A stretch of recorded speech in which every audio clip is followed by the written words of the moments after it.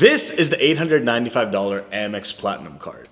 But if you check out my wallet, you're not going to see it there. Because me and the Amex Platinum have broken up for around a couple months now. So in this video, I'll be sharing my experience of how it's been since then, and really if we're ever going to get back together again. Because that's the love story we all want, right? But first, everything about this card, what we need to know, I'll go over first, followed by experience. So let's get straight into it. So the Amex Platinum is marketed as providing over $3,500 plus in value for that trade of $895 in terms of an annual fee. There's quite a few ways of how they justify this value, and this is what the card comes with. Starting off, there's two shopping and wellness benefits. The first is going to be $300 to Lululemon each and every year, and is distributed as $75 each quarter. And the second is $155 plus in value to Walmart Plus, which is distributed as up to $12.95 per month given back to you for this premium subscription. Then we have a couple credits for dining and entertainment. The first is $400 to Resy. It's essentially a platform that's owned by American Express where you can access reservations to more finer dining restaurants, yet depending on your city, the value of how this credit is distributed, which is $100 each and every quarter, could either mean, hey, you can have a super fancy meal just for yourself, let's say in New York or LA, right? But in other cities all across the US, that $100 could be more than just for yourself. It could be for you and your partner and maybe a whole family, right? For one meal each quarter. The intention of Resy is basically to get you in the door to earn your lifelong/lifetime business.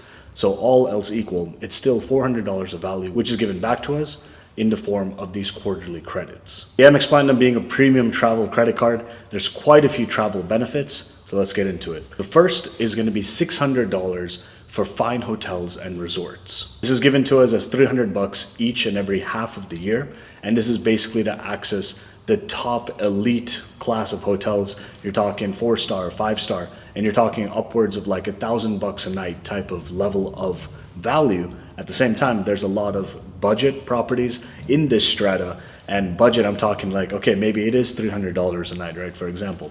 Yet there are rates that are that much cheaper, and especially Vegas, depending on the time of year, you can get a lot of value if you're frequenting Vegas in general. We'll dive into everything analysis later on in this video. Moving on, we have two Uber-specific credits, and it's going to be $320 in bundled value. It's distributed as $120 for Uber One, which is their premium membership, where you get access to discounts on rides, special deals/promotions, and items like this, and then $200 each year for just Uber spend in general, whether Uber or Uber Eats. This is given to us as 15 months each and every month, and in the month of December, it's going to be $35, which makes it a total of $200. Coming back to our $600 towards fine hotels and resorts, there's an additional $550 plus of advertised value, where when you're actually staying at these properties, you also get property credits.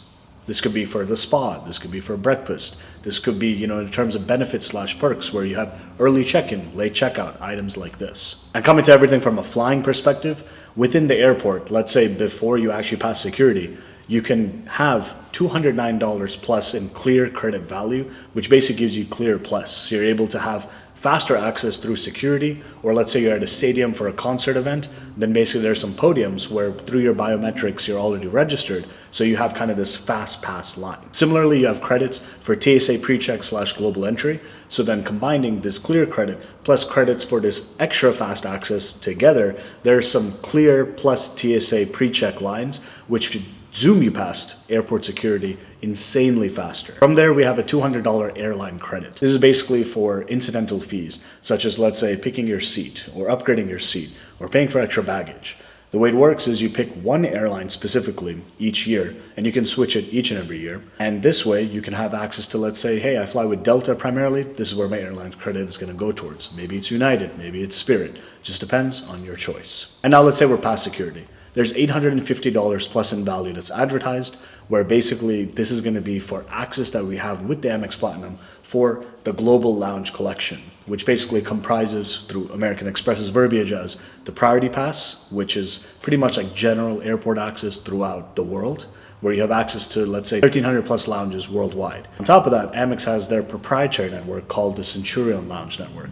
So this is basically Amex branded lounges, Amex everything, where you have access to that as well. And because of the partnership with Delta Airlines, with the Amex Platinum, you can get into Delta Sky Club lounges 10 times each year. The multipliers for the Amex Platinum are 5x points per dollar spent on flights up to $500,000 per year when you're booking directly with the airline or through American Express Travel. And we get the same 5x per dollar spent on prepaid hotels when we're booking them through American Express Travel. American Express points, formerly known as membership reward points, are what we earn with this card, and they can be redeemed in a myriad of ways. From statement credits to using points to buy gift cards on the portal, the biggest value for American Express points is going to be transferring these points earned directly to hotels and airlines to redeem travel in that fashion. You can definitely use your points to book through American Express Travel, but you'll be essentially getting 1 cent per point, which basically means, hey, if I have 100,000 points, it's worth $1,000 worth of travel. But with 100,000 American Express points transferred, let's say, to a specific airline, you could be looking at, hey, a business class flight, or you could be looking at a round trip economy flight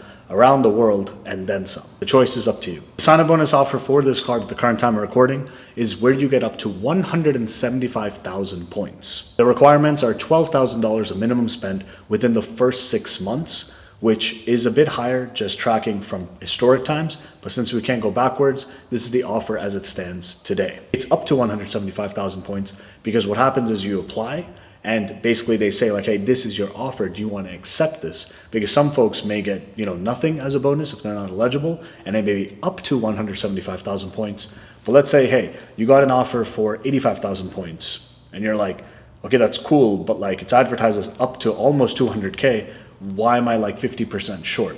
Then don't accept the offer, right? Apply a different time and then see what happens from there. The understanding is that you have a soft pull with American Express from your credit, and then if you accept the offer, then it will become a hard inquiry, still potentially.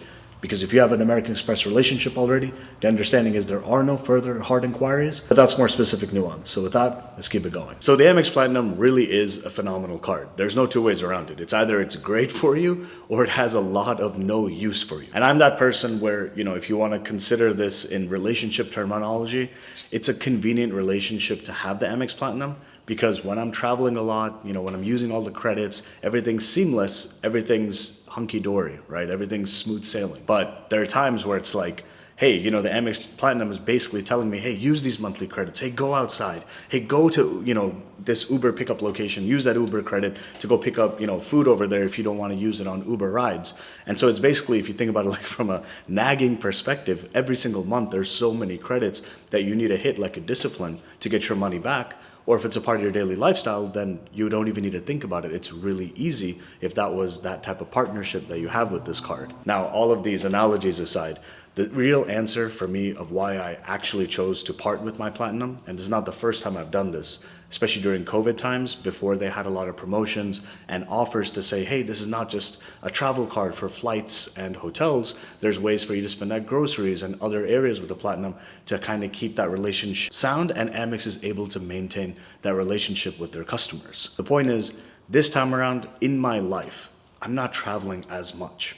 Whether that's booking through the airline specifically for that 5x multiplier, or booking through AmexTravel.com, which I've never used to book a flight, but I've definitely used to compare, like how does it look on their portal. But when we're redeeming membership reward points with this card or any other Amex Gold or Amex Green, you're gonna get 1 cent per point for the majority's sake. Hence, it's not really the best redemption. And when you look at, let's say, okay, 1x everywhere else, like that's not even a thought that goes through my mind. I come into the credits, I would say that there's a lot of value to be had. But you can kind of see that, okay, there's a job. In other words, an actual thinking and thought. So many decisions to kind of keep on going in this realm to use the same credits that they're giving us. It's not that the credits don't have value. It's about how valuable are they to you. There are 2 core reasons of why I've parted with the Platinum. My experience of not having it is really the biggest point of this video. So starting off, the main thing is that if you look at the FHR, Fine Hotels and Resorts credits, they're $300 each half of the year. Now, for me personally, I need to go out of my way to use it, but it's a great perk when you get to use it because it's a fun time, it's an experience and all of this, but I'm not staying in these properties very often or booking any of these properties in full cash spend from my side. I'm more of an economy travel, budget traveler, you could say, versus spending at, let's say, the best 5-star, 7-star type of experiences. The value for this credit to me, apart from me and my partner traveling, is pretty much like, hey, there's convenient times to use this credit, where a good example is recently there was an event in Atlanta, Georgia called AVCon, Aviation Convention. So here you have basically, as it sounds, it's more about, yes, the travel sector and industry, but more on the technical part of everything, aviation, airplane specifics, mechanics, like that type of thing, versus like purely points and miles.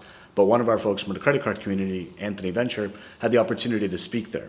And so a few of the credit card community folks that create content here on YouTube and other social media platforms, they came down to Atlanta, Georgia. So I share all this because generally, let's say this event for a credit card creator meetup, let's say it was in New Orleans, I stayed at an FHR property using the Amex Platinum's credit. And that's a great use case of, hey, everyone's using it, we're all staying in the same hotel, we're all using our FHR credits, like there's a community feel, right? And in this case, I'm local to Atlanta, Georgia, so I didn't need to use it. But everyone else, they did stay at these FHR properties. So if I, not having the platinum near that time frame, let's say it was another city, I needed to make a booking, I wanted to use the FHR credit, I wouldn't have it, right? So in that case, it's kind of like that FOMO, fear of missing out, type of feeling that would have came up. So I dodged it, but very similarly, in the same travel realm, there's airport lounges. And a good example is, over the last 2 months, I've been traveling, let's say, from here to Europe, Europe to India, India to Korea, Korea back to America. And along those paths, there are Amex Centura lounges, which we see. I wasn't able to get into those lounges, but Delta Sky Clubs as well. You can get 10 times access per year with the Amex Platinum when we're flying Delta, at least when you're not in basic economy.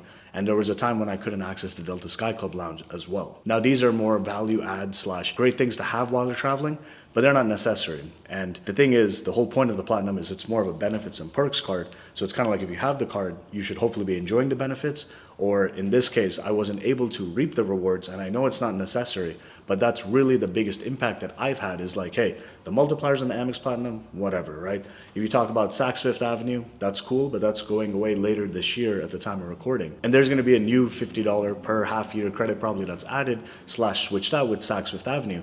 But that's, in the future. Right now, we don't know what this is, right? There's only speculation. When it comes to the $200 in Uber Cash per year, that's a very easy to use credit. But again, I don't need the Platinum to use that expenditure through Uber, especially in a time-bound situation. In other words, every month or, at the end of the month, I'm like, I didn't use it, I need to use it. And like those decisions that happen, right, throughout the mind. Further, the $300 streaming credit, it's great. But I don't need it to come through the Platinum. If I want to spend on, certain streaming services, I can do that through my own way, right? But it's a perk because it kind of consolidates, okay, hey, if you're watching streaming anyways, right, and you're spending for it anyways, it's one more way to say, hey, the Platinum is justified in your wallet, especially if you care about the annual fee. Amex Offers is the other part of this card where if I was truly spending that much on the Platinum with these certain merchants, or that's just a part of, hey, my normal spend, then it would almost be not logical, right, from a financial perspective and just pure math, where it's like you should never let go of the Platinum. In my case, I'm not that individual, but if I was, then the Platinum, you don't even need to spend on the multipliers. You may not even need to redeem the benefits, which is like a big, potentially controversial point. But Amex Offers can truly justify that annual fee depending on your spend profile. The truth is, the Amex Platinum is not a bad card. The thing is, there's other cards in the market with so many similar benefits that work for me. For example, lounge access for a Priority Pass, you can get it with the Amex Platinum, but I also have the Capital Venture X, I also have the Built Palladium. And similar to these FHR Fine Hotel Resorts credits, with the Built Palladium, you do have, hey, like if you book a 2-night minimum stay, you have $200 per year of credit to be used towards that booking. And you can get extra redemptions by redeeming actual Built cash for the room rates redemption. I'll leave these specifics of everything with the Built Palladium in a future video, but the point is, there's basically this usurping of the power of the Platinum that's being taken away through all of these other cards and similar benefits. So it's pretty much like either you're in the ecosystem of the Amex Platinum, or there's many different ways to get very similar perks and really similar value, because nowadays it's not just American Express with the best transfer partners to flights and hotels. You have this capability through other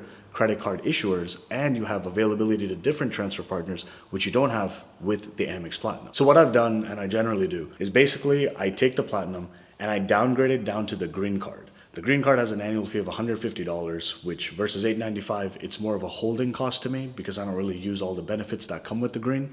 But I've seen in my personal life, right, where this upgrading, downgrading really just makes sense. Where back in the day, there was a strategy where it's like, hey, Amex, please give me a credit for my annual fee, so you can basically waive it or partially kind of say like, hey, spend this much money in the next X time frame and they'll give you X number of bonus membership reward points. So it's kind of like a retention bonus retention offer. But nowadays, those things don't really exist unless maybe you're a big spender or have a different type of Amex relationship. So in my case, I downgraded to the green card, where basically it's like standby for the next time I may upgrade back to the platinum. There are rules where within the same year, due to something known as the Card Act, so from a legal perspective, credit card issuers can't increase your annual fee within like a 1 year time frame. So the long story short behind this is like, hey, it's the green card, but it's not going to become the platinum again until a full year after the fact. If you came this far in the video, this last part sponsored by me, where essentially there's an opportunity to invest. Outside of everything, I'm involved in the stock market, the cryptocurrencies market, as well as real estate, which really has been the bread and butter. So fast forward, there's essentially a project, construction has started, for a 250-room hotel, where basically you would own not just the land underneath the hotel in your name, but also get cash flow month over month, not just after the hotel is open, there's a way even before the fact. So investments start around 15,000 USD, depending where you're watching from, up to 3 mil. There's a link in the description below. We'll chat one-on-one. Happy to give us all the info. But with that, thanks for coming to the end. Like, share, subscribe, all the things. Check out this video over here, and I'll see you in the next one. Peace.